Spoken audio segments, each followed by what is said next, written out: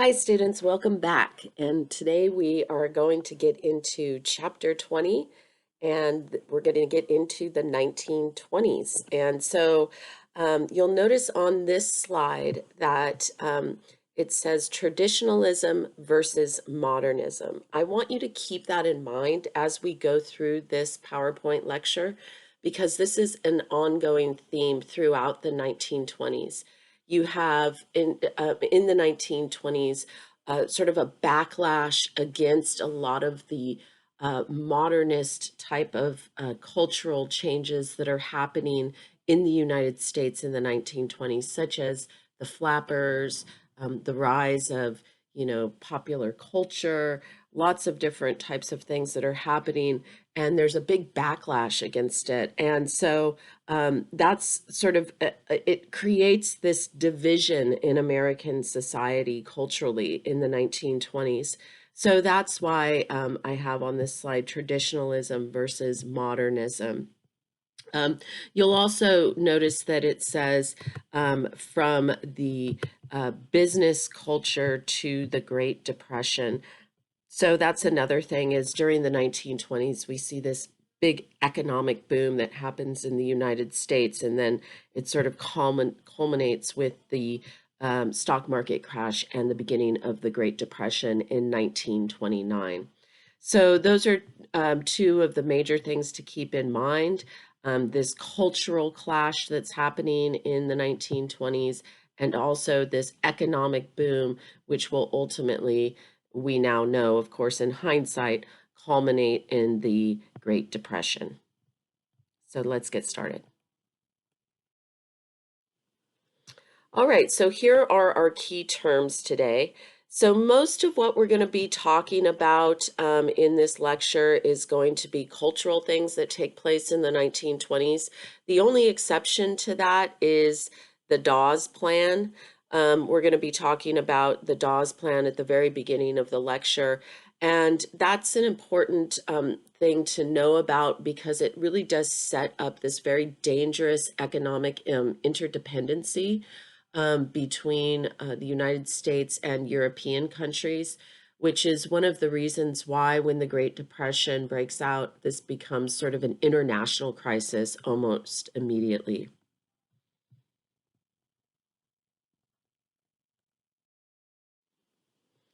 Okay, so as I said, I'm going to begin this lecture with talking about international politics, and then we're going to very quickly get into American cultural changes in the 1920s. So a couple of things to keep in mind about the 1920s. First off, you're talking about the decade after the First World War, and people are really committed to, in many ways, and by people I mean countries, are committed to international peace. There is a really strong sense that we don't want there to be any more war, right? And with the exception of the rise of fascism in places like Italy, for the most part, the 1920s was really sort of this decade of let's come together, let's make sure, let's make diplomatic promises to each other so that a world war never happens again. So, two things I want to point out before I talk about the Dawes Plan.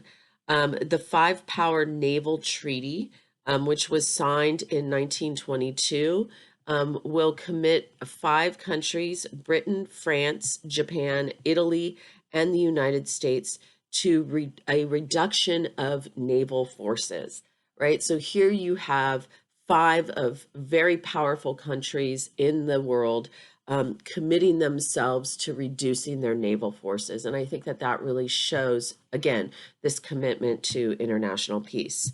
And then moving on to down here, the Kellogg-Briand Pact, again, 1928, this is just a 50-nation pledge to renounce war and to settle international disputes peacefully. So again, you really see this sort of unprecedented, in many ways, commitment to international peace. And so one of the questions, of course, that historians always ask is, well, what happened, right? I mean, if all these countries were committed to peace, what happened. And it turns out that it's sort of the reverberations of World War One will end up coming full circle and really being the impetus behind a lot of the problems that will start that will lead up to World War II. Okay, so let's now talk about the Dawes Plan. So the Dawes Plan was created by a man by the name of Charles Dawes, an American, who saw that in Germany after World War One, that there was a real problem economically. Germany was suffering economically. It had lost territory. It had lost its ability to have manufacturing, an industry. It was basically punished by the Treaty of Versailles. We talked about that last week before the exam.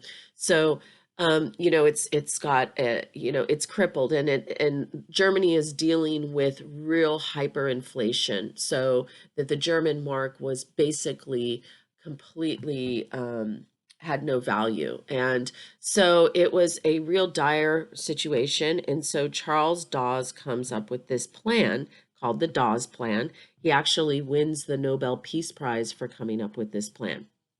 So what does this plan do? Basically, what it does is it starts the process of removing occupying forces from the Ruhr area of Germany. So this was an area in Germany, an industrialized area that Allied forces were still occupying in 1924. Not allowing the Germany to really utilize that region for industry. So that was number one. Let's remove the occupying forces, give it back to the German people, and that way Germany will have the ability to jumpstart their economy. Okay, that's part one of the plan. Part two of the plan, let's send aid to Germany to stabilize their economy. And this can be done in a number of ways. It can be done with money. It can also be done with business and sending businesses into Germany to set up shop, to invest, that type of thing. And so because of the Dawes Plan, a lot of American businesses will actually have business ties with Germany. And again, this makes things a little pretty complicated once we get into the Nazi era, right? All of a sudden, you've got these American factories that are in Germany, and the Nazis have taken over the government there. That will come later on. So I'm going to switch to the next slide and attempt to draw the way that this plan worked. Okay, so let's see here. Okay, so the way that the Dawes Plan worked, and it's good to have sort of a visual on this, is here you have the U.S., right? And the U.S. is sending money. Be patient. This is really difficult to draw with a mouse. Okay, so the U.S. is sending money to Germany.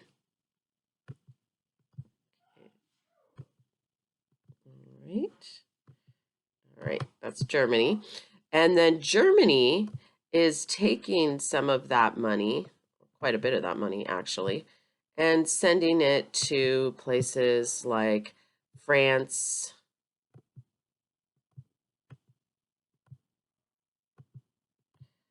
and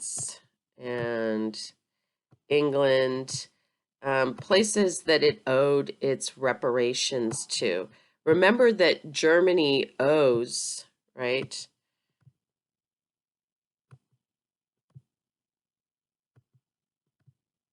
Owes $33 billion. That's a lot of money. I mean, it's a lot of money today, but back then it was even more money. And so they are having to send these war reparations to places like France, places like England, places like Belgium. Okay, so they're sending their money that way. But then check it out. France and England especially owe the US money.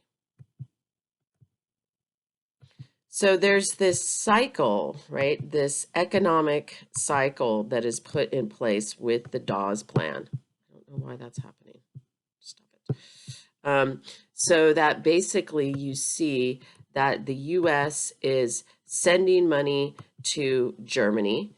Germany then sends money to France. France then sends money back to the US. Now, that's all well and good if that continues to happen, right? The problem is, of course, in 1929, the US stock market is going to crash, and this flow of money is going to stop. And of course, that is the start of the Great Depression, and it will impact Germany immensely after the onset of the Depression. And that allows then for the Nazi Party basically to take over the German government. It also will impact these other countries who will stop getting these reparations from Germany as well.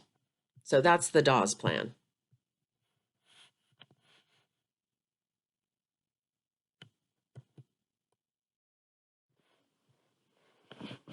Okay, so now we're going to turn our attention to talking about some of the cultural changes that are happening in the United States during the 1920s. And one of the interesting things that happens is this Protestant division that starts to emerge. And this is where we see the beginning of Christian fundamentalism, evangelical Christianity, those types of things. We see that emerging in the 1920s. And in many ways, it's an indirect response to some of the other cultural changes that are happening, which we will talk about later on in the lecture. So you have, on the one hand, on the left side of this slide, the examples of Protestant fundamentalists, right? These are people that are taking the Bible, they're interpreting it literally.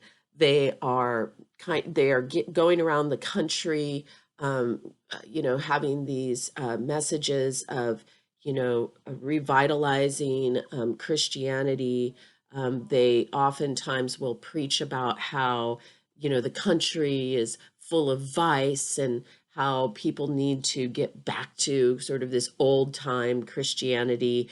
They're very sort of fire and brimstone, and they had a lot of influence. And if you click on that YouTube link, you will watch a very quick, but I think very succinct sermon by a very famous evangelicist at the time, a man by the name of Billy Sunday. And he would go around the country giving these various sermons. So if you click on that YouTube link, you will be able to check that out. On the other hand, you have Protestants that are kind of adapting and changing to this new sort of modern world. And they're a lot less concerned about it. They feel like their religion can still exist and that you could still be a good person, and that social conscience is really sort of the foundation of Christianity. And so that's what's important about the religion. So you have, on the one hand, the Protestant fundamentalists who are preaching about these sort of moral standards that society should uphold.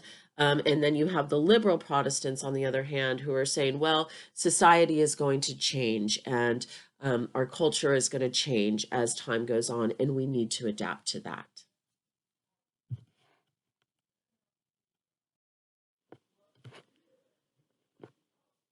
So another thing that we see happening in the 1920s is the resurgence of the Ku Klux Klan.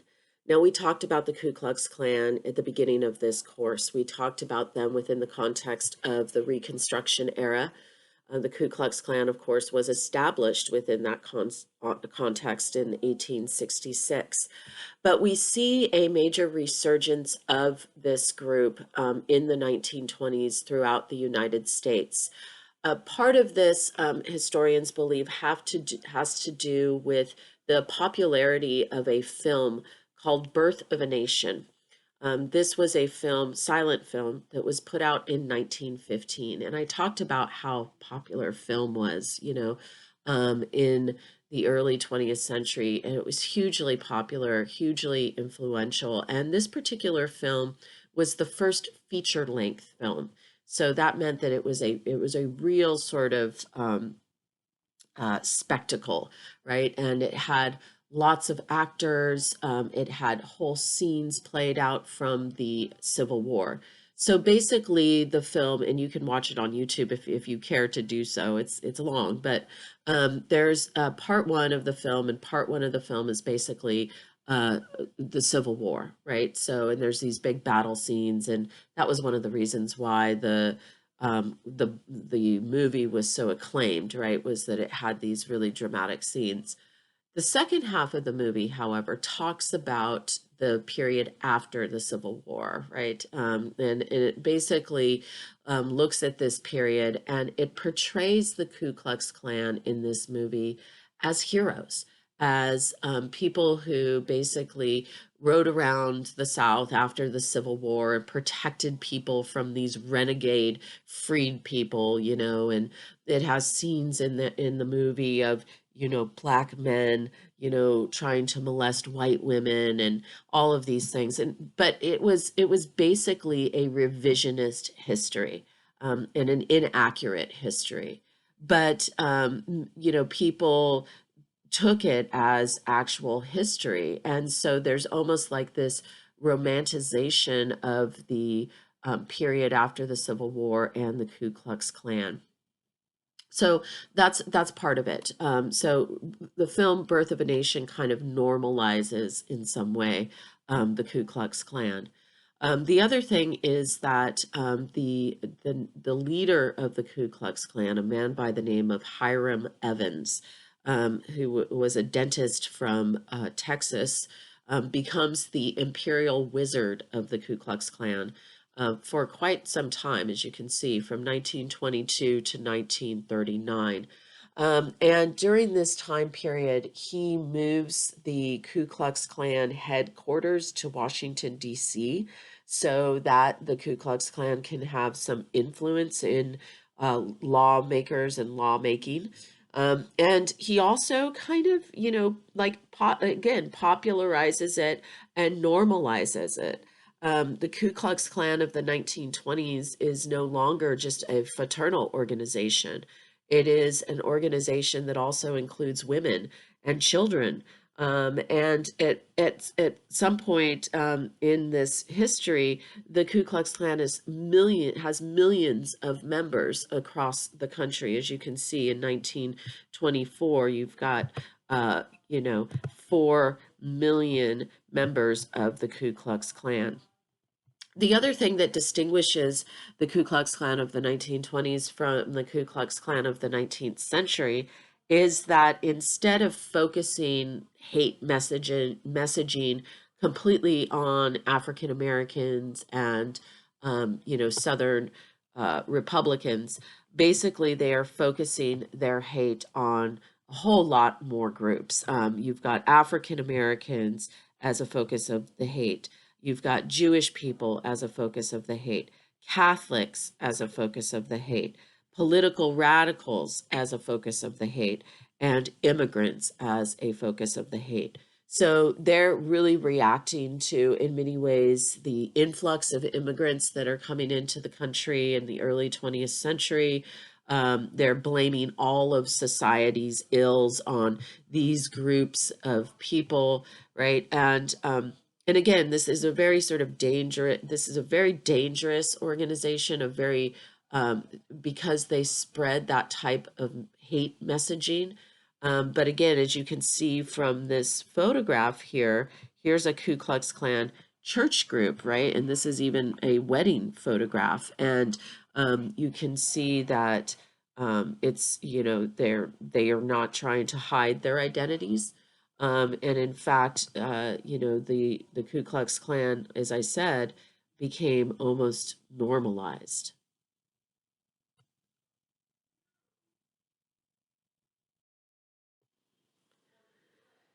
So normalized was the Ku Klux Klan in the 1920s that they would hold these massive demonstrations. And you can see here, this is a Ku Klux Klan march in Washington, D.C. in 1925.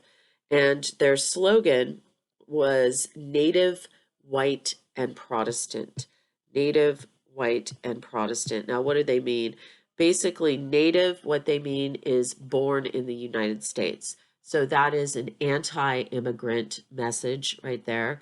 White, well, obviously, I think we know what that means. And then Protestant. So that is an anti-Catholic or Jewish or any other religion for that matter messaging right there.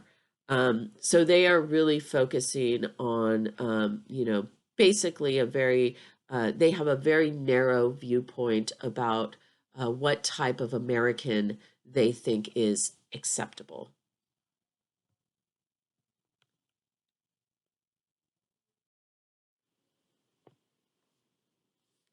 Okay, so now we're going to turn our attention to, again, sort of another example of this conservative mentality that we see in the 1920s by looking at the Scopes trial of 1925. This is also sometimes referred to as the Scopes monkey trial.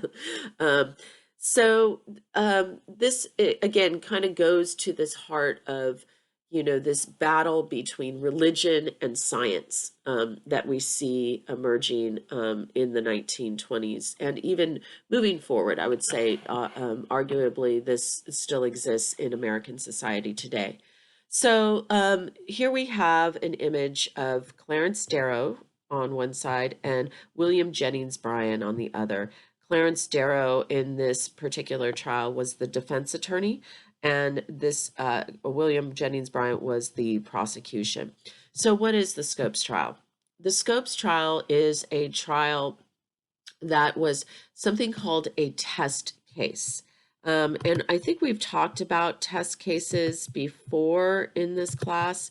We talked about it when we talked about Plessy v. Ferguson as being a test case, right? So a test case is when somebody, purposefully breaks a law in order to basically test the legality or the constitutionality of a law. So in this particular case, the ACLU, the American Civil Liberties Union, decides that it wants to test this Tennessee law, which requires biology teachers to teach creation. It forbid biology teachers from teaching any type of evolutionary theory, Darwinian evolutionary theory in their classrooms. They had to teach the biblical creation. So the ACLU says, separation of church and state, I'm not sure if that's constitutional or legal. We got to get somebody in to test this law. So they were able to get a man by the name of John Scopes. This kid was a 24-year-old biology teacher, and he was fired up, and he said, sure, I'll break the law in order to test the legality of it, right? So John Scopes goes into his biology classroom one day, and it's the time to talk about evolution, and he, instead of teaching the biblical creation story, begins to teach Darwinian evolution. And of course, the kids there go back home and they tell their parents, so wow, I've heard the strangest thing today in biology class, and their parents go, what?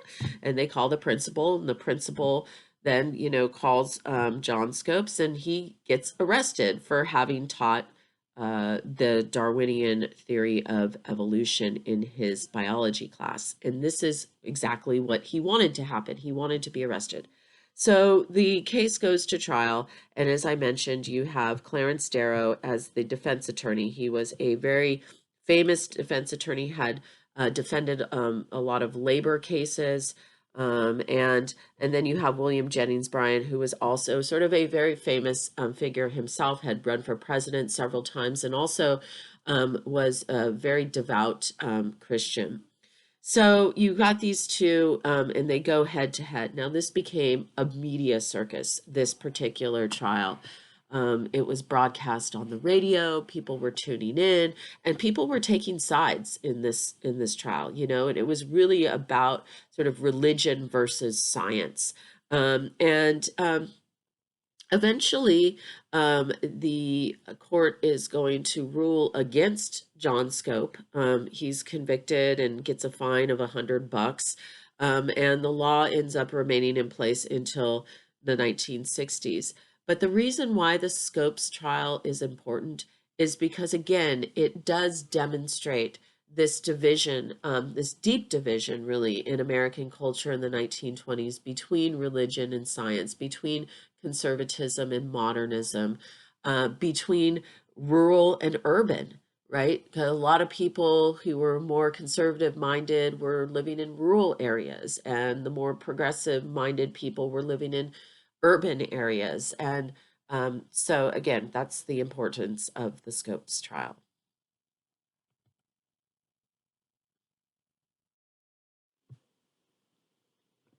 Okay, so now we're going to turn our attention to talking about something that's probably one of the most popular and talked about things about the 1920s, and that's Prohibition, right? This is the era of Prohibition.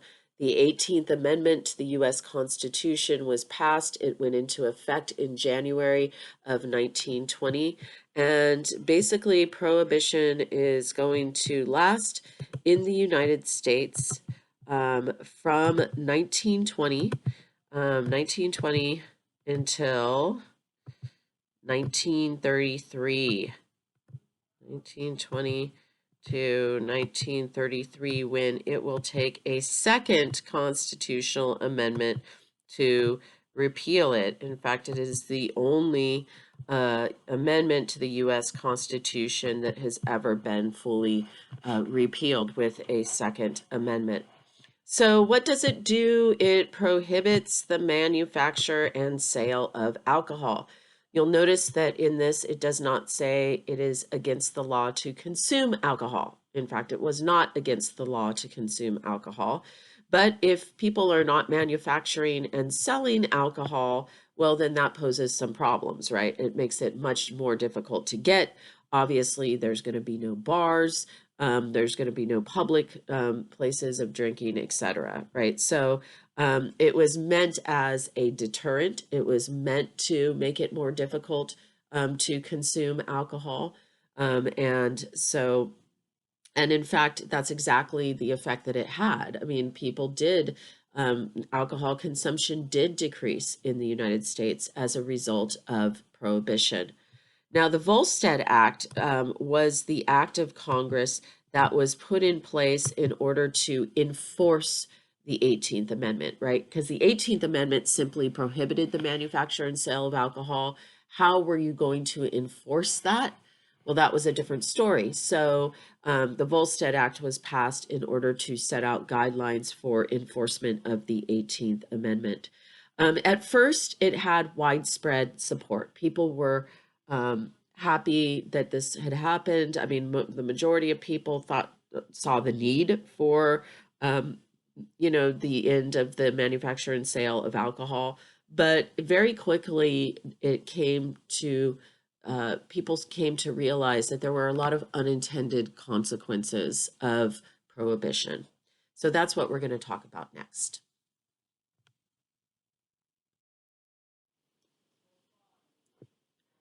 So the unintended consequences of Prohibition are many, as you can see from this slide. And I think that when we think of the economic consequences, those ones are kind of a little bit more obvious, right? You've got lost tax revenue, people are put out of work, a decline in certain types of entertainment industries. Bars obviously are illegal, and so they're not around, at least on the public radar. There were bars, but we're going to talk about that in a second. And then there was the cost to law enforcement, right? You need to enforce this law, and so obviously that's going to be a cost. And then, of course, you have incarceration as well, increasing as a result of Prohibition. But I want to focus on the cultural unintended consequences because these ones are not quite as obvious and they might not be as well known. The first is we see a huge increase in the 1920s in the number of pharmacies in the United States. And this is because you could actually get a prescription for alcohol from your doctor. If you were a true alcoholic and you really needed a drink, you could go, "Hey doc, I really need a drink. Can you please write me a script?" And he or she would, and then you would be able to go and get yourself some alcohol from the pharmacy. And so you see this pharmacies springing up all over the place in order basically just to distribute alcohol. You see an enrollment in churches and synagogues throughout the country increase, and it could have been because people became more religious, or you could argue that it was because churches and synagogues basically had unrestricted access to alcohol. There was an exception written into the law for alcohol for religious purposes. So a lot of churches and synagogues, like I said, had this unrestricted access. And there were some, instances where people were, selling some of that alcohol to church members. Even though it was technically illegal, this would have been a way for churches and synagogues to be able to increase their revenue. We also see an increase in home brewing because obviously, as I mentioned, it's not illegal to consume alcohol. You could make it yourself and consume it. And so the consequence of that, however, is that many people were getting sick because it is, well, with beer and wine, it's not as big of a deal.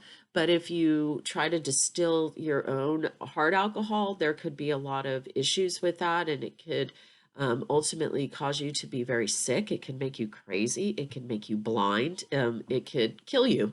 And so there were a lot of instances of people getting very sick from consuming various home brews. Um, and then, of course, you've got the issue of the fact that a lot of law enforcement officers didn't necessarily agree with this law, and so they would be easily bribed. And so there could be a lot of issues and extorted as well. So, you could have, for example, if you were an organized crime boss, right? And you knew that there was a cop that came into your speakeasy and went there on a regular basis, well, then that cop then could become your friend by you telling him, well, if, as long as you ignore my business, I'll ignore your business kind of thing. So there were a lot of those types of things happening that really was kind of corruptive to law enforcement. And then there's the speakeasies. Now, the speakeasies were sort of the heart of the law-breaking culture of the 1920s. Speakeasies are secret bars. They're places where people would go to consume alcohol in a public space. They were typically found in basements. They could be found in attics. They could be found in the backs of businesses. They were always hidden from public sight. You would have to know where the speakeasy was to go there. And typically there would be some type of secret knock or secret password that you would have to say in order to get into the speakeasy. Once you were inside, it was very much like a regular bar. There would be a bar and a bartender. Oftentimes there would be, it would serve as a host as for music venues or dance halls. So these were very, very popular places, and young people throughout the country would go and congregate in these speakeasies. The other important thing to understand about the speakeasy is that it was really a place where, in some cases, cultural barriers broke down. So, for example, and we're going to talk about the flapper and the new woman later in the lecture, but basically, these speakeasies, for the most part, were co-ed. So women were coming out and going into this public space that prior to the 1920s, women didn't really go into. It was not common for women to be in bars. In fact, unless you were a prostitute or an entertainer of some type, you weren't really in a bar. That was the male domain.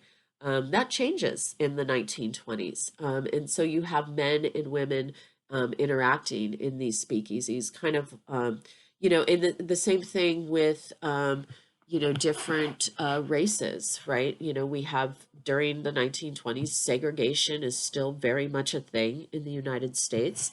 But in certain speakeasies, you might have, African Americans and whites and Mexicans and Asians and whoever else, congregating in one place.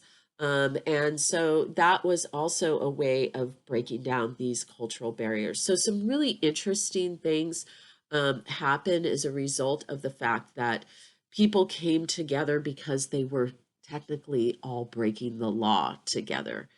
So speakeasies are really interesting. And if you click on this link right here, you will find out more about the speakeasy and also see some images. And then finally, you have this increase in organized crime. Now, prior to the 1920s, organized crime certainly existed in the United States, but it was pretty small scale. Little card rooms or dice, rooms, little gambling operations or things like that. In the 1920s, as a result of Prohibition, organized crime families become very, very wealthy. Perfect example, of course, is Al Capone. Al Capone was sort of the iconic organized crime boss of the 1920s, working out of Chicago. He, of course, engaged in bootlegging, which was the term used in the distribution. Bootlegging is the term used to describe the distribution of illegal alcohol during Prohibition. So he was very much involved in bootlegging. He, of course, had speakeasies. He also owned, brothels and controlled prostitution rings.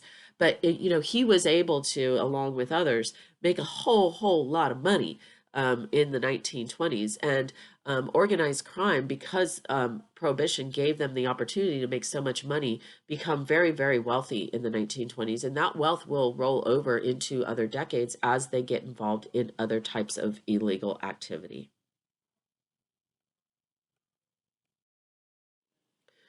So let's look at some images here. You'll notice up there on the upper left-hand corner, a image of a speakeasy. And you'll notice, of course, there are women in that picture as well. Up in the upper right-hand corner, there is Al Capone and some of the crime bosses there, but there's Al Capone.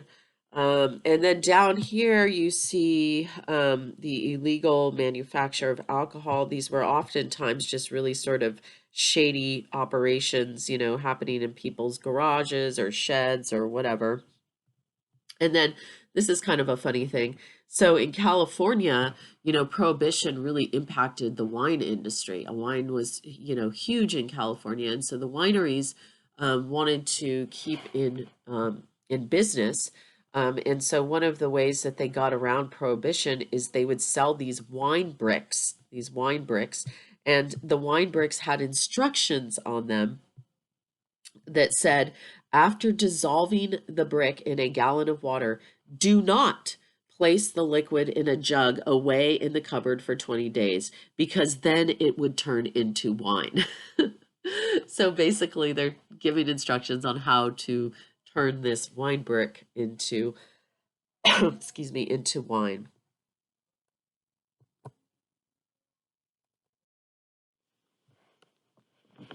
Okay, so another major theme of the 1920s is the economic prosperity. The country itself was in a very good position after World War I. As I mentioned, England and France and other countries after World War I owed the United States money, war debt, basically. And so the United States had become a creditor nation during World War I. The United States supplied weapons, it supplied goods, it supplied food for World War I. So it really put itself in a very good position because, of course, the U.S., although we did sacrifice over 100,000 American soldiers in World War I, we never saw battle on U.S. soil. So we were in a strong position there. The other thing that's going on in the 1920s is heavy investment in the stock market. You know, people are investing in these publicly traded companies. It becomes a more popular thing to do in the 1920s. And so you've got sort of this, it felt like in the minds of many people that this economic prosperity of the 1920s was never going to end, right? Which, of course, as we know, is a very unrealistic way of thinking about economic prosperity. But nonetheless, that's the way they saw it. So the other thing that's happening is the mass production of consumer goods in the 1920s, and sort of the father of mass production. If we were to put the father of mass production, if we were to put a title on or name to it, it would be Henry Ford. Henry Ford, of course, is famous for being the founder of the Ford Motor Company. And the first Model T will be produced by the Ford Motor Company in 1908. The and Henry Ford basically is the father of this idea of the assembly line, and specifically the moving assembly line. So Henry Ford was able to put in place the assembly line, the moving assembly line in his Ford Motor Company plant, and it brought the time down from 26 hours to make one Model T to just 2.5 hours to make one Model T. And the fact that the time was decreased allowed then for production numbers to increase. And so he was able to sell the product at a lower cost. And this is huge to understand, because what we're going to see also in the 1920s is the cost of cars decreasing to the point that it's affordable for most people. And so a lot of people are going to buy cars in the 1920s. So what is an assembly line? Assembly line is basically where you have a line of workers, or in the case of today, it's usually robots or machines, but you have a line of workers, and those workers each are assigned with one or maybe two tasks, excuse me, to do. And so the assembly line, the product moves along the assembly line. Each worker does their thing and to that product. And then, of course, at the end of the assembly line, you have the finished product. So this becomes the standard across the country in factories all over the United States. And so people are using this as a production model. And again, because people are able to more efficiently produce a product, you are going to get cheaper goods coming out the other side. All right, so because of the assembly line and other advancements in production, consumer culture is going to boom in the 1920s. You're going to see a lot more products coming out. You're going to see a lot cheaper products coming out, and people are going out and buying them. There are two types of products that are consumer products, and these are terms that are often used by economists. The first are durable products. Now, durables are the types of products that you don't buy on a regular basis. For example, a refrigerator. You don't go out and buy a refrigerator every year, right? A couch. Most people do not go out and buy a couch every year. An automobile. Again, most people don't go out and buy an automobile every year. Now, there are the other types of products that you buy on a regular basis. Obviously, food is an example, but even things like shoes, underwear. I mean, things that you would go through a lot quicker than you would a durable product. So there are durables and there are perishables. In the 1920s, both of these types of goods were being consumed at a very rapid rate. So people were running out and buying stuff. And this really leads to a complete transformation of American life. You're seeing basically a culture that's starting to shift away from seeing, basically seeing that material wealth, that basically wealth is measured by how much stuff you have. So this is a graph that I drew using the mouse. Obviously, it's difficult to do. I didn't want to bore you with having watched me draw this graph. But basically, this is a graph that shows how consumption changes over time in the 1920s. So as I mentioned, here's 1920, and you have this big upsurge of consumption that takes place. But then something happens, and it happens right around 1925, well before the Depression. And consumption begins to start to level off. Now, the reason for that is because at the beginning of the decade, you had people running out and buying those durable products, right? Those products that you buy only once every 10 years or maybe even longer than that.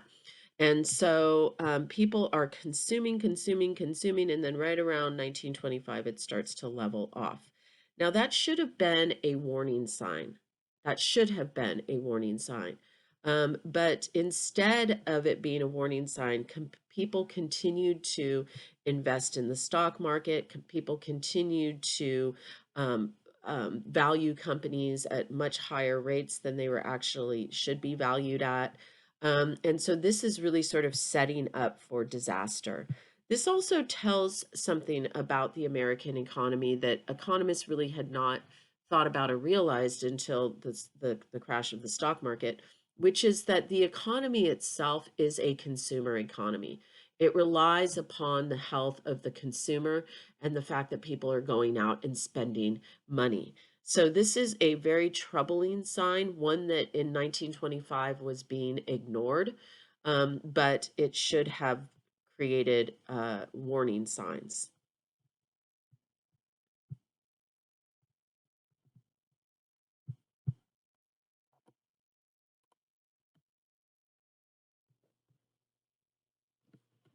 Okay, so here you are looking at a table that is showing the growth of grocery store chains in the 1920s. This is another thing that's happening is department stores, grocery stores, those types of corporations are growing in numbers, expanding into different areas, going into suburbs, things like that. So what was America's secret to all of this buying power? Credit. So, like today, a lot of people were living above and beyond their means in the 1920s.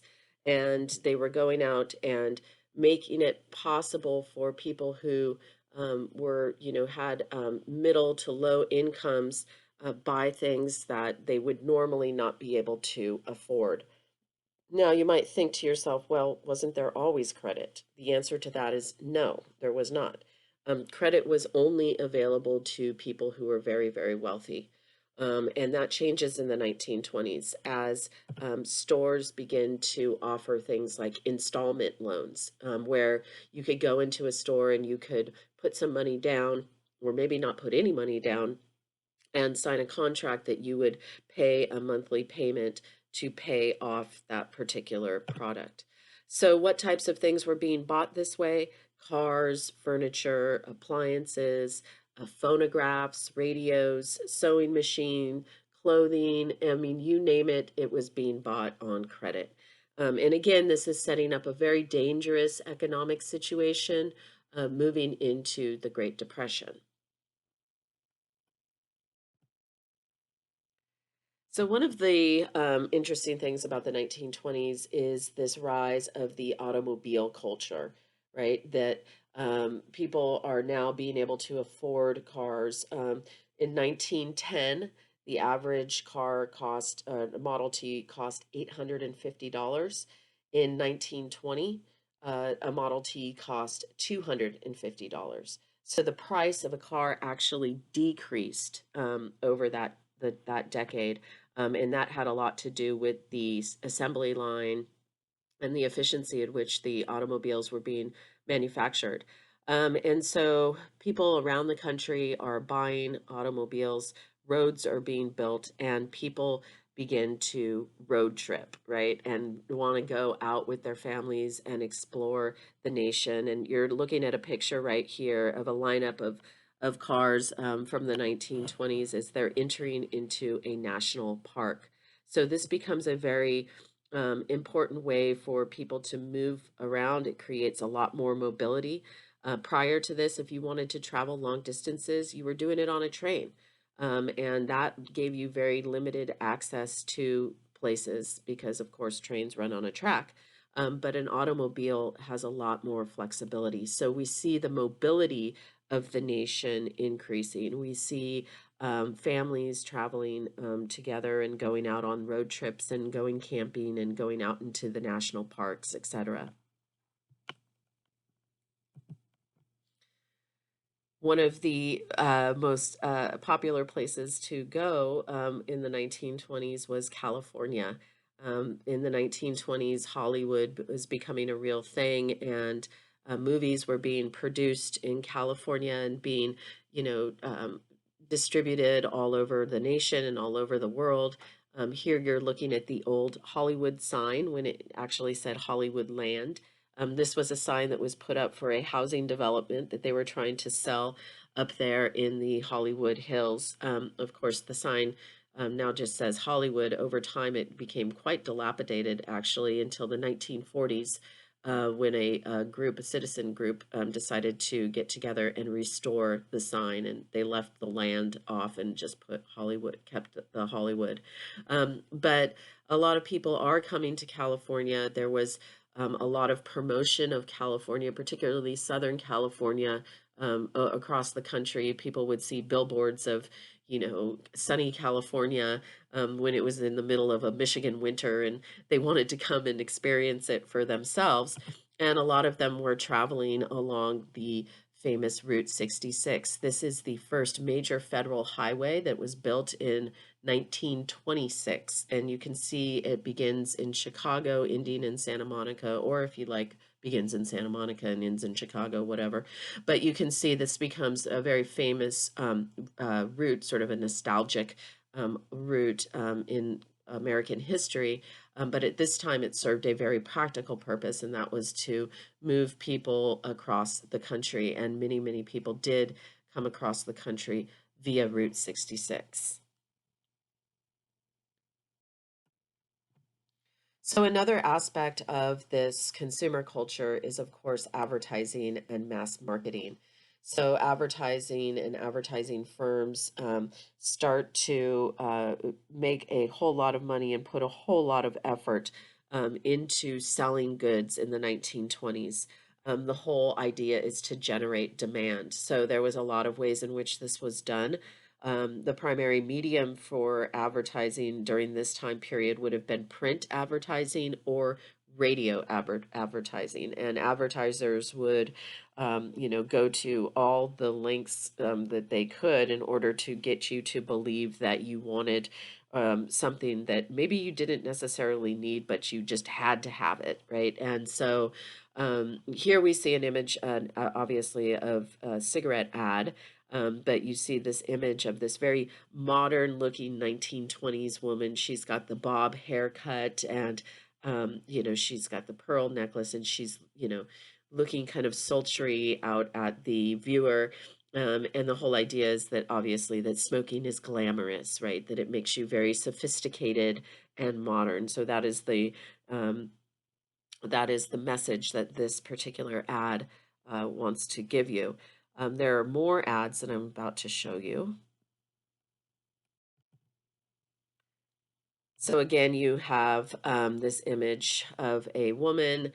Again, she's dressed in this very sort of modern 1920s flapper clothing, and she's again holding a cigarette. But the main thing to look at here is the design of this advertisement is not, this is really sort of going beyond what the traditional advertisements had been, which was just basically communication of information.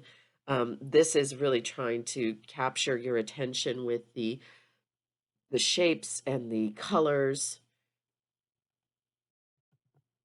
Very similar here. You have, again, this very graphic image over here on the right, a graphic art image on the right-hand side of the Crush soda. And then over here on the left with the Coca-Cola, trying to sell you that the Coca-Cola is very sophisticated, right? Coca-Cola actually used to have cocaine in it. It's an old drink. It's from the 19th century, and up until 1903, it actually had cocaine in it. And then they stopped putting cocaine in it, but they kept the flavor with the coca leaf. So here they're trying to sort of make Coca-Cola a more sophisticated drink in this advertisement. And again, here we see the use of color and abstract imagery to sell radios. And radios were a huge deal in the 1920s. This was the way that people got most of their entertainment. Their news certainly came through the radio, and everybody had to have a radio. There was different types of radios. Some were very simple and relatively inexpensive, and then you all the way up to the very sophisticated sort of almost pieces of furniture. And people would gather around the radio on a nightly basis and listen to their favorite shows, etc.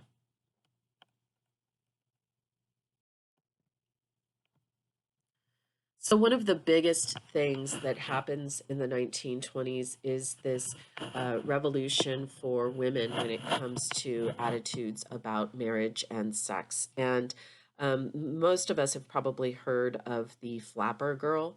Well, the flapper girl is sort of a term that was used to describe these younger women, typically in urban areas, that would dress in clothing that with skirts that went down to their knees. Oftentimes, they would wear sleeveless dresses showing their arms. They would cut their hair short. They would wear lots of makeup and jewelry, and they had a particular look to them that really broke away from the traditions of their Victorian grandmothers and mothers. Typically up until the 1920s, it was considered very risque to show any kind of flesh, whether it be a leg or an arm or whatever. And here these women are really kind of stepping outside of that boundary. And part of that has to do with this debate over the Equal Rights Amendment that emerges in the 1920s. Now, the Equal Rights Amendment is a proposed constitutional amendment to eliminate any distinction between genders, and basically making men and women equal in all ways. The Equal Rights Amendment was proposed first in the 1920s, where it was rejected, basically didn't even make it out of a congressional committee meeting, but eventually will be reintroduced in the 1970s, where it nearly becomes an amendment to the Constitution, but it didn't get the required votes of the states. So we still do not have an Equal Rights Amendment, but the fact that the debate around the Equal Rights Amendment emerged in the 1920s tells us a lot about the 1920s in terms of the ways in which gender relations were really starting to shift at this time. You also see in these women this greater openness towards sex. By that I mean like premarital sex. These women were oftentimes having sex before they were married. They would often have multiple relationships. And so that was, again, a break from their mothers and their grandmothers. And then you also see when there was a marriage, there was really this desire to have more of a sense of compatibility and companionship within the marriage. Again, this is a breakaway from the what had come before, which was basically that marriage was more like a contract or a business relationship in which, men and women would come together and they would basically have this relationship where they had these very defined roles within the marriage, and of course they were expected to have children, but having any kind of love or even maybe respect or sense of equality within that relationship was not necessarily a requirement. And we see that that is changing in the 1920s. So these girls were typically referred to as flappers.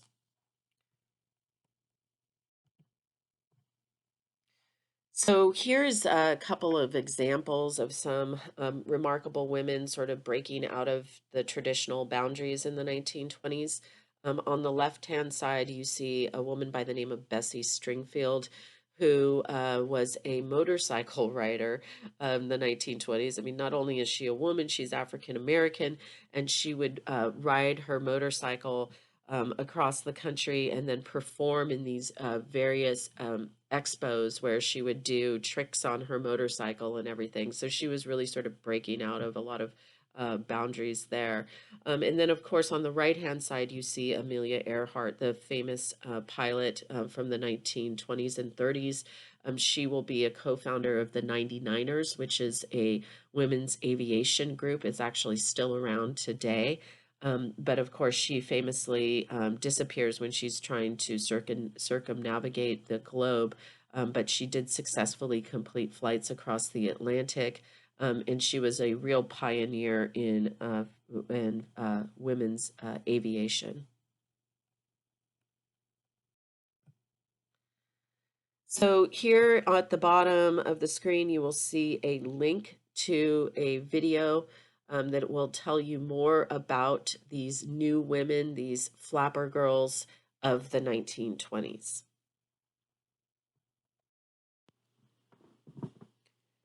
Okay, so in this image, we are looking at some 1920s couples. You can see there on the right-hand side, there's Douglas Fairbanks and Mary Pickford. They were like a Hollywood superstar couple, but they were also both very successful, and they opened up businesses together, including the Grauman's Chinese movie theater down in Hollywood. So they were seen as kind of an example of this very modern type of 1920s couple. And then on the left-hand side, you see a wedding photo from the 1920s. And again, you can see that this couple is positioned very close together. She's wearing a short wedding gown, which would have been very untraditional for the time period. So you're getting a sense in America during this time period that, again, the nature of relationships between men and women are changing significantly.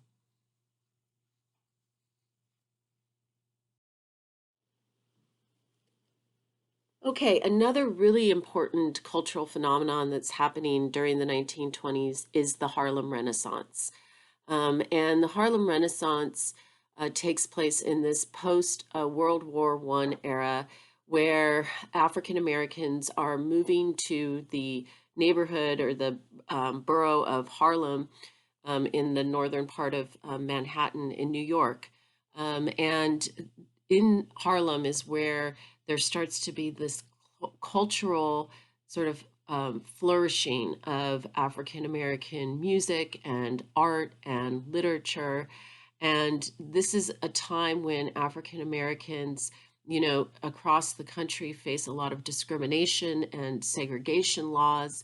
And so it was a really important development for African Americans culturally to be able to really embrace their culture, celebrate music that with African American roots.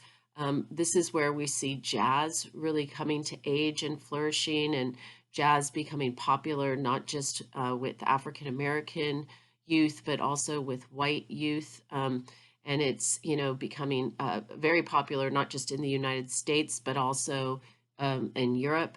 And jazz is a really cool sort of American phenomenon because it is a very American form of music in that it has its roots in sort of slave spirituals and gospels mixed with, blues rhythms. And then also you've got the European music scales kind of imposed on it. And here you have this very improvisational type of music that is now being played throughout the country in the 1920s, especially in places like speakeasies. And again, these youth of the 1920s are enjoying this new form of music, again, very American form of music.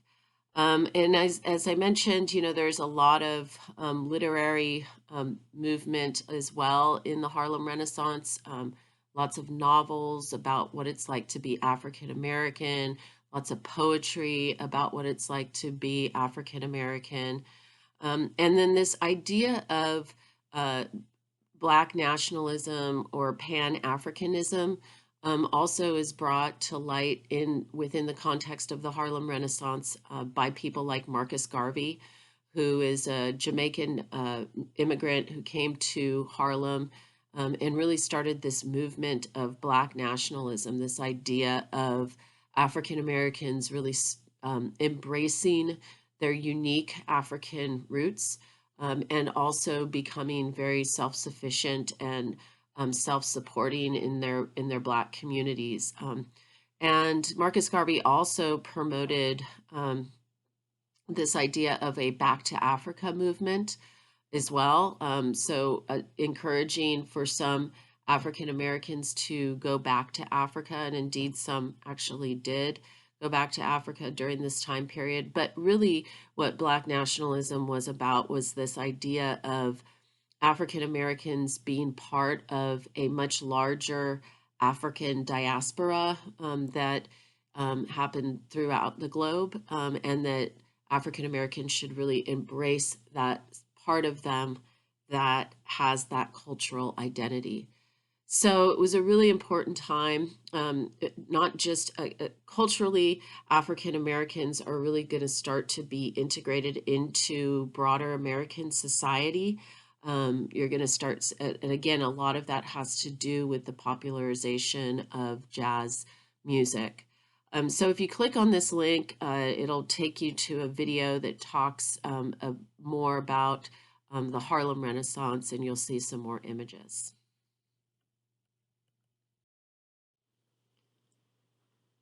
So as I mentioned, the music is such an important part of the Harlem Renaissance. In the 1920s, generally, you start to see an integration of not just the musicians, where Black and white musicians are playing together, but you also have audiences of Black and white people who are coming together to celebrate the jazz music.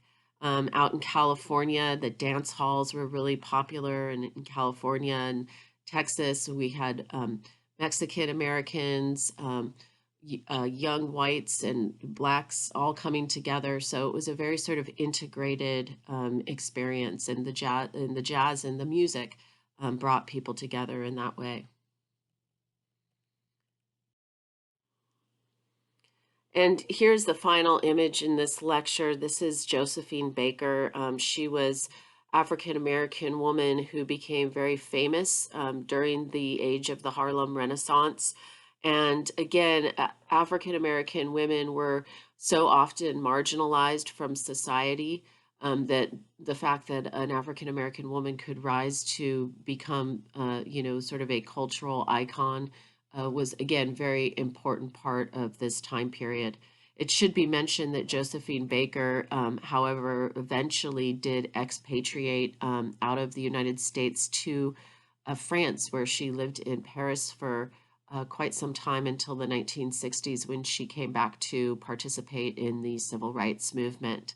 And that is a commentary on how even though things were, some really progressive things were happening in the United States during this time period, there was also very much this cultural backlash. And that's sort of, so now we've sort of come full circle. We began the lecture by talking about, these very sort of conservative and forces that are at work in the United States during the time period. And then we talked about the modernist and the sort of advancements and the changes that were happening, that a lot of those conservative forces were sort of lashing out against.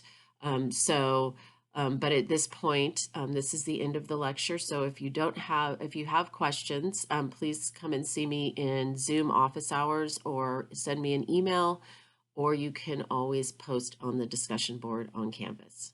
All right, see you later.